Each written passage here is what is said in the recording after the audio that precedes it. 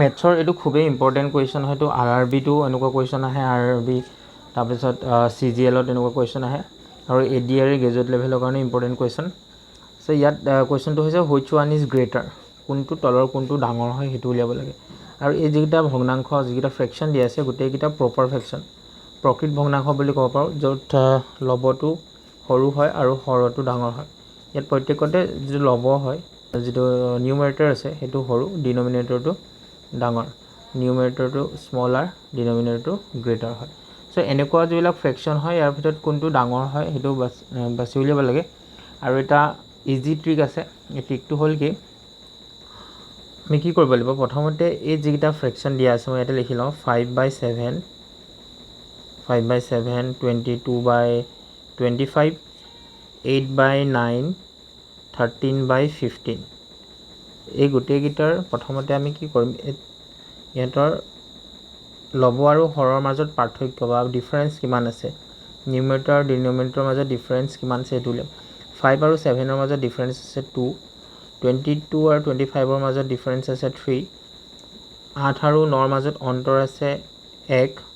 আৰু 13 আৰু 15ৰ মাজতো ডিফাৰেঞ্চ আছে 2 চ' এই যিকেইটা নাম্বাৰ পালোঁ এই নাম্বাৰকেইটা 2 3 1 2 ইহঁতৰ আমি LCM উলিয়াম 2 3 1 2 ইয়াৰ LCM যদি চাওঁ মই LCM কিমান পাম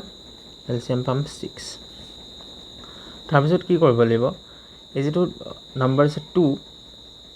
2 লগত মই কিমান পূৰণ কৰিলে 6 হ'ব 2 লগত কিমান মাল্টিপ্লাই কৰিলে 6 হ'ব 3 সেই 3টো মই ওপৰটোৰ লগত মাল্টিপ্লাই কৰিলোঁ 3 লগত মই যদি 5 মাল্টিপ্লাই কৰোঁ 15 পাম আকৌ 3 লগত কিমান মাল্টিপ্লাই কৰিলে হ'ব 6 হ'ব 2 মাল্টিপ্লাই কৰিব লাগিব সেই 2টো মই ওপৰটোৰ লগত মাল্টিপ্লাই কৰি দিম 44 পাম আকৌ ইয়াত আছে 1 ৰ লগত কিমান মাল্টিপ্লাই কৰিলে 6 হ'ব 6 মাল্টিপ্লাই কৰিব লাগিব 1ৰ লগত 6 পূৰণ কৰিব লাগিব চ' সেই 6টো ওপৰৰ লগত পূৰণ কৰিলে 4 8 যা 48 ইয়াত আছে 2 লগত কিমান মাল্টিপ্লাই কৰিলে 6 হ'ব 3 সেই 3টো মই ওপৰটোৰ লগত মাল্টিপ্লাই কৰিম 13 13 39 হৈ গ'ল সেইটো 39 এতিয়া চাওঁ চবতকৈ ডাঙৰ কোনটো পালোঁ 48 চবতকৈ ডাঙৰ 48 গতিকে ইয়াত চবতকৈ ডাঙৰ যিটো ফ্ৰেকশ্যন হ'ব ভগ্নাংশ সেইটো হ'ব এইটো 8/9 হ'ব সেইটো বহুত ইজি ট্ৰিক হয় আৰু এটা সহজ ইয়াতকৈও সহজ ট্ৰিক এটা আছে সেইটো এনেকৈ কৰিব পাৰোঁ যেনেকৈ আমাক দিয়া আছিলে 5/7 22/25 তাৰপিছত 8/9 আৰু 13/15 এতিয়া 5 আৰু 7ৰ মাজত ডিফাৰেঞ্চ আছে 2 গতিকে 2ৰে মই 5ক ডিভাইড কৰিম 2ৰে যদি মই 5ক ডিভাইড কৰোঁ মই পাম 2.5 পাম আকৌ 22 আৰু 25ৰ মাজত ডিফাৰেঞ্চ আছে 3ৰে যদি 22ক ডিভাইড কৰোঁ মই 7 প্লাছ চামথিং পাম অ'কে 8 আৰু 9ৰ মাজত ডিফাৰেঞ্চ আছে